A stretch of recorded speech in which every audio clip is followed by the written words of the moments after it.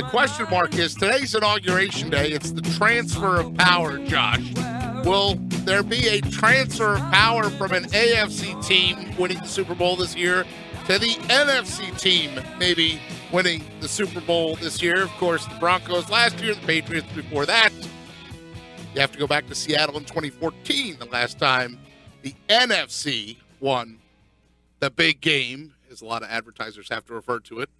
The big columnist, the man who has all the answers to the metrics, is KC Joyner, and he joins us now as he does every Friday on a Football Friday. KC, happy Inauguration Day. How are you, sir? I'm doing quite well. Happy Inauguration Day to you as well.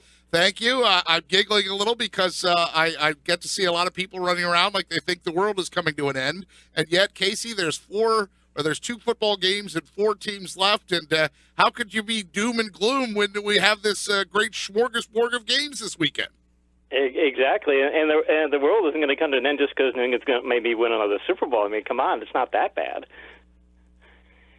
Casey, let's start digging into these games. But first, before I start with the games, the quarterbacks. You know, I saw the stat that ESPN has been putting out that this is the first time that the 4 final quarterbacks have all thrown for over 200 passing yards in their careers going into the game. So you have 4 quarterbacks, prolific passers, but they all come from different places. You know, Tom Brady, the whole story with, the late draft pick. Aaron Rodgers had to sit for a few years behind Brett Favre. Matt Ryan gets thrust into the role day one. And you got Big Ben, who came in when Tommy Maddox got injured. So you have 4 quarterbacks who have already had great careers, but they have all come to this point in their careers from very different places. Yeah, they have. Except the funny thing is that when you start looking at these teams, you go, okay, these are great quarterbacks, and there's no doubting that. But Matt Ryan finished 17th in the league in passing attempts this year. Ben Roethlisberger is 20th in pass attempts. So, I mean, and Aaron Rodgers, he's not the same vertical passer. Maybe he is now, but this season he's been more of a dink and dunk passer because he wasn't doing anywhere. He had horrible vertical pass numbers earlier this year, and they had to switch to a different kind of offense. And as great as Brady is this team winning? And he's doing a fantastic job on vertical passes, and he is throwing. He's throwing a pass on a per game basis. But these aren't quite as quarterback centric teams as maybe they might have been in previous years. Let's focus on the first game, Casey, with the Packers and the Falcons. That's going to be a 3:05 kick that'll be on Fox. Casey, I kind of got to laugh because, everyone keeps talking about, look what these 2 teams did against last week, when really, to me, that's not a very good comparison. I look more so back at the game when the Falcons beat the Packers 33-32. I think that's going to be more of a representation of this game than last week's games. What do you think? Yeah, I think this is going to be both these games are probably going to be shootout games, especially the Atlanta-Green Bay game. Green Bay's offense is playing at a caliber that is just out of this world. In the last 8 games, if you include the playoffs, Aaron Rodgers is averaging a double-digit yards per attempt total to 4 different receivers, and he's averaging 8.9 yards per attempt on passes to Devontae Adams. You want to put that in perspective, Matt Ryan leads the league this year with a 9.3 yards per attempt average. And Matt Ryan's got the best yards per attempt average, and Aaron Rodgers is averaging double-digit passes. I mean, and these are 4 receivers who had at least 10 targets. So, receivers he's throwing a solid number of targets to. He's got 4 receivers that he's getting double digits, and he's got another guy who's nearly close to that caliber. So Aaron Rodgers is playing at that kind of level where he can really beat. He's got so many different players he can beat you with, and then you've got Ryan, who, when you look at his metrics this year, they're fantastic, but they're also extraordinarily consistent. When you look at his total QBR numbers, he doesn't have a bad game in total QBR at all. So when you've got those 2 types of offenses with the types of defense we're looking at, I wouldn't be surprised seeing another 65-point game.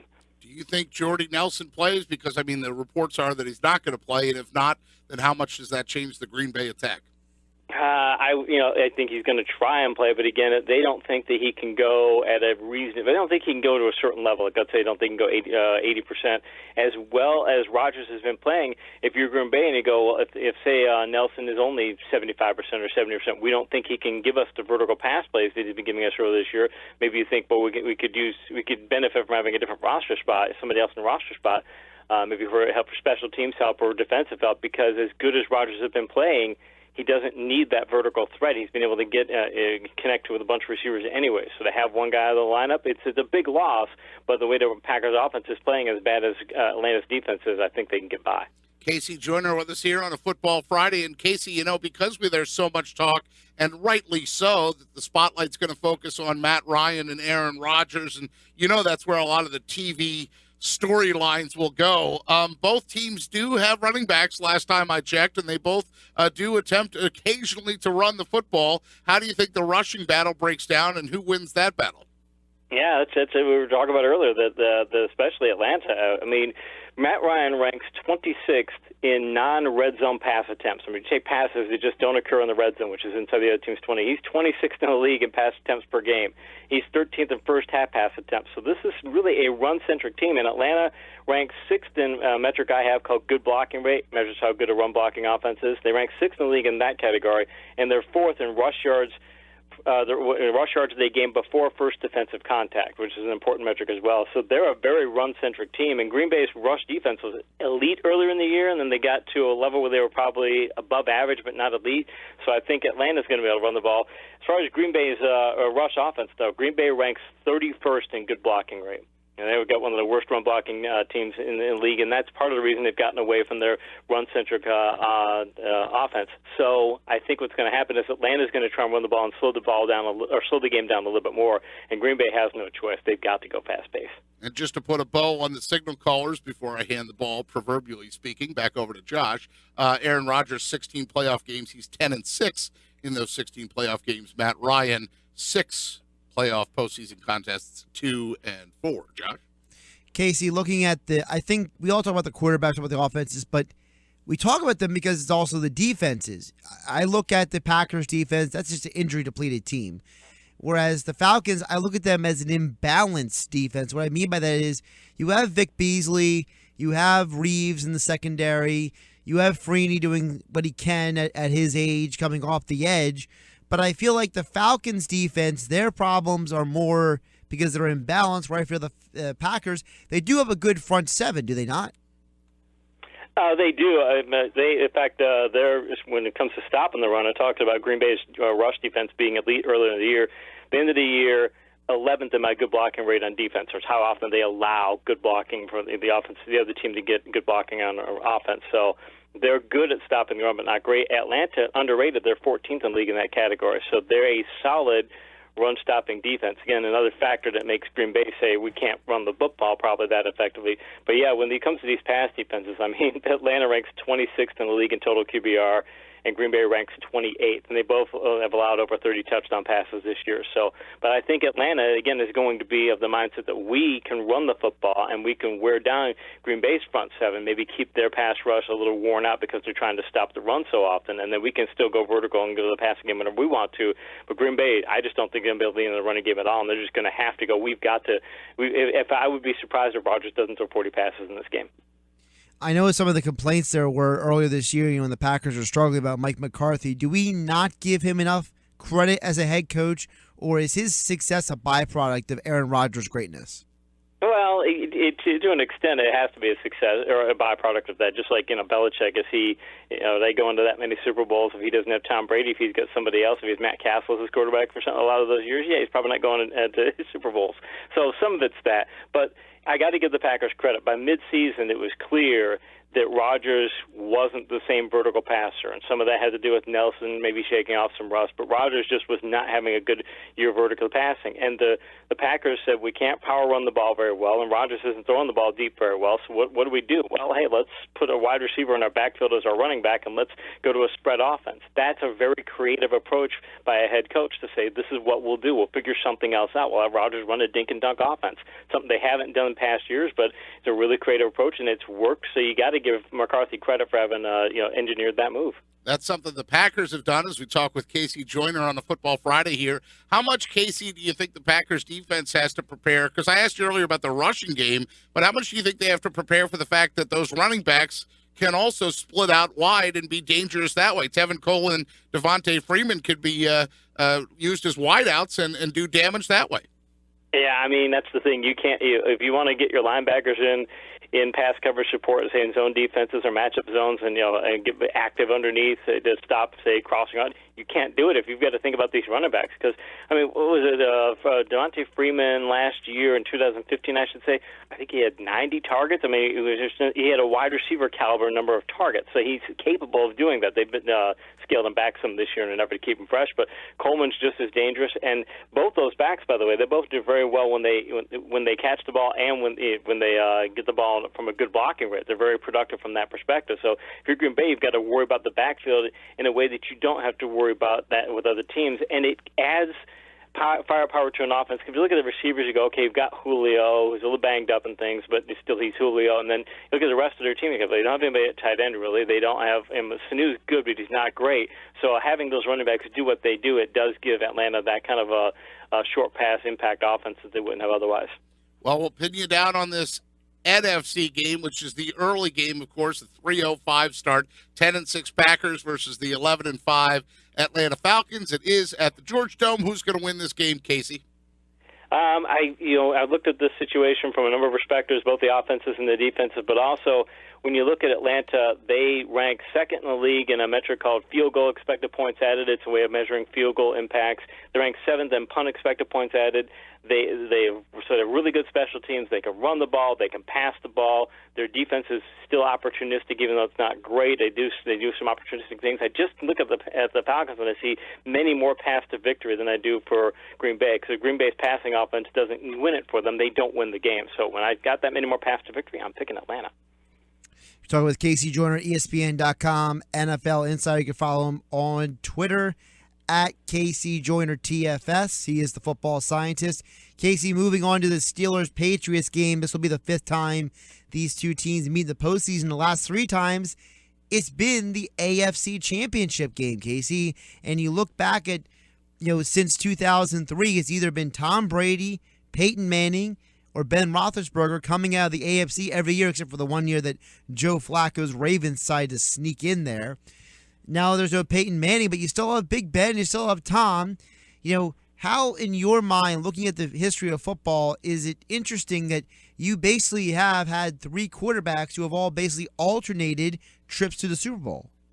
I was talking to an NFL scout a couple years ago, and he was saying that and his team, is they're a good team in many ways. They do a number of things well, but they haven't had an elite quarterback. And he said that that's the way his team, that's the lamentation for his team is that if you don't have a great quarterback, it doesn't matter how good you build the rest of the team. There's just a cap to how far you're going to get to, especially in this era when we've got this many good quarterbacks. Bill Barnwell, one of our writers on ESPN.com, wrote an interesting article comparing how this group of four compares to some of the great groups of four in the conference championship during the Super Bowl era. And this is arguably could be the best set of quarterbacks ever in the championship era. So, yeah, in this day and age, if you don't have that elite quarterback, unless you happen to stumble across an elite defense like Denver did last year, they won. Their defense won that championship, not the quarterbacks. But basically, if you don't have either an elite defense, not just really good, but elite defense, or a great quarterback, you're not winning the Super Bowl.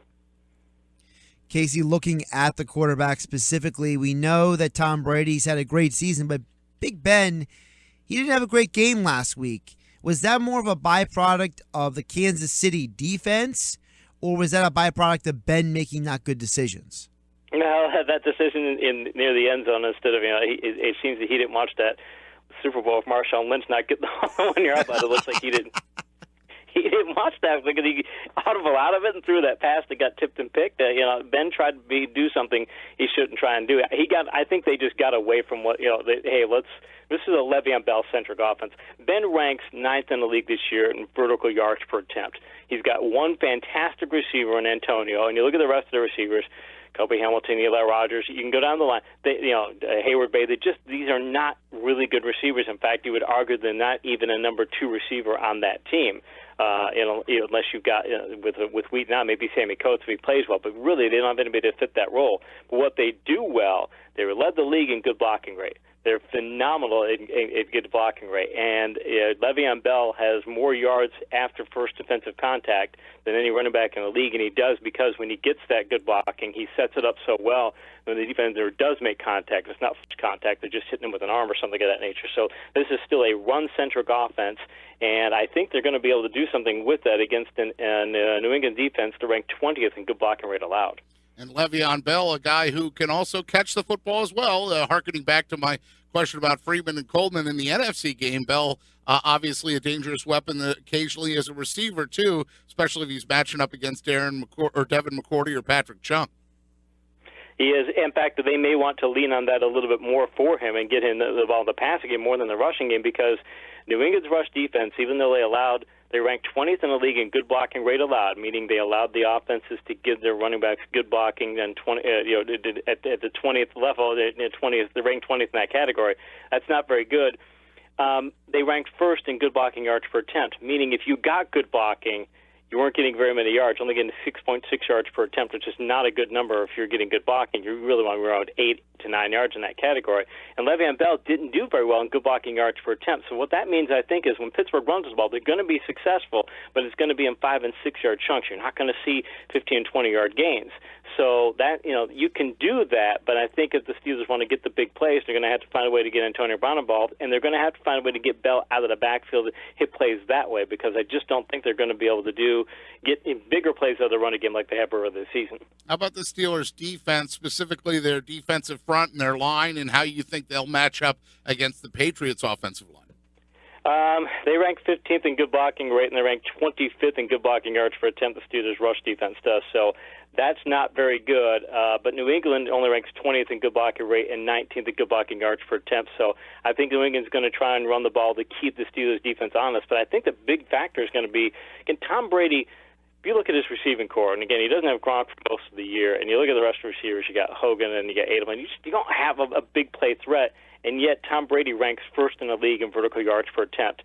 I think the Steelers are going to have to find a way to keep that vertical passing game in check. And really, Brady hit some of those plays against Houston last week, but a lot of those were he threw passes up in the air, and they were kind of prayers, jump balls. They were. This is not my receiver's wide open. It's I'm throwing it up there and hoping my guy catches it, and he did. The Steelers' young, opportunistic secondary, he's going to try and do that same thing against them, and they need to be able to go up there and intercept those passes, because if they can do that, I think they can have the same formula that Houston had last week in slowing down New England's offense, and they've got an offense to be able to do what Houston couldn't do. Casey, one of the things in this Steelers-Patriots game that stands out to me is, a lot of people talk about Brady, a lot of people talk about Big Ben and Le'Veon Bell and Antonio Brown, but the Patriots have a pretty good running game as well, and now with Dion Lewis, they got 3 different guys who have a variety of tools. Former Eagle Dion Lewis. Right, former Eagle Dion Lewis, yes. Good job, Pete. Just had to throw that in. Would you like me to include LeGarrette Blount as a former Steeler, too? No. It's just I'm wearing an Eagle shirt today. I thought I had to throw that in. Please, go ahead. My point is that the Patriots got some very good running backs in that stable. Is it being overlooked, the Patriots' running game? To an extent, it might be, but again, they've got a better rush offense than they did last year. But they're 20th in good blocking rate and 19th in good blocking yards per attempt. I think they use the running game. They have the ability. You've got Blunt. You can do power running game if you want to do that. You've got the 2 speed running backs, White and Lewis. You can do things in a passing game, and you can put pressure on the Steelers linebackers, which I think they're going to want to do. You're very perceptive to say, hey, this is something they're probably going to get to, because that's a matchup they probably like. But I don't know that they're going to lean on the running game as much, just to try and set up their passing game and say we need to stay committed to this. There are times when the Patriots say we're just going to get away completely from running game and go full passing game because we can do that and trust Brady to do this. I don't think they need to do that in this contest, but I don't think if Pittsburgh is starting to hit some big plays, I don't think New England's going to be able to say, hey, we're going to stick with the running game. They're going to have to go some of the vertical passing. Another thing on the defensive side with the Steelers, Casey, real quick, I want to ask you, how do you feel that the rookies, guys, like Dupree and Burns, have developed this season for the Steelers? They've done a fantastic job from where they were earlier this season. They were liabilities. They were never terrible liabilities at times, but the thing that gets me is that it's this late in the year, and usually rookies start to hit the wall this time of year. And the Steelers have, as they do with their veterans quite often, they manage their wear and tear and they manage their playing time and they're able to keep their players fresh late in the year, you don't see their rookies looking like worn-out rookies. Like we've seen some rookies this year, and they got later in the year, they just weren't nearly as impactful. I think Dak Prescott had a little bit of a problem with that over the later course of the year. So I like what the Steelers have done from that perspective. The thing about the Steelers, too, is that they rank 13th in the league in total QBR allowed. So this is an above-average pass defense. I don't think it's a liability for them, and they are first in the league in sacks, I think it's since week 10. That was like over the last half of the season, they were first in the league in sacks. So they're going to be able to get a pass rush. They're going to be able to slow down the passing game, and the Patriots' running game isn't going to be a big play factor either. So there's a lot of elements to point in the Steelers' direction. Since 1970, the AFC Championship game, the team with the most appearances since 1970, the Pittsburgh Steelers with 16. The team with the second most appearances, the New England Patriots with 13. It is poetic justice, and one of those teams will hoist the Lamar Hunt Trophy. Casey, in your mind, who will be hoisting that trophy on Sunday night?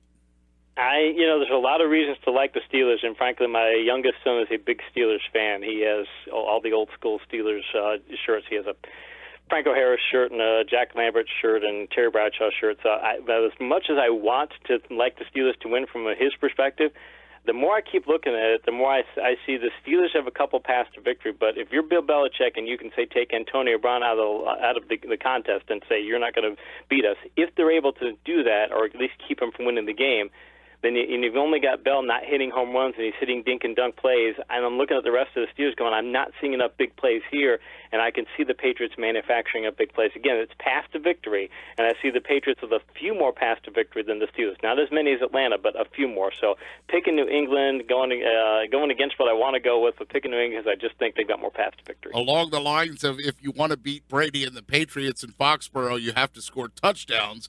Field goals aren't going to cut it, and if they shut down Antonio Brown, maybe field goals are all they're going to be left with. Of course, we saw that's all they could manage against Kansas City. We'll see how those predictions by KC play out when he joins us again on Monday. That's the beautiful thing of this arrangement to steal Bernie Perrant's line, KC. It's a beautiful thing. The beautiful thing of our arrangement is that we get to talk to you on Friday to preview the games, and then we'll talk to you again on Monday to find out and break down how everything went. Thanks, Casey. Have a great weekend and enjoy the games, pal. Hey, you too, guys. Appreciate it.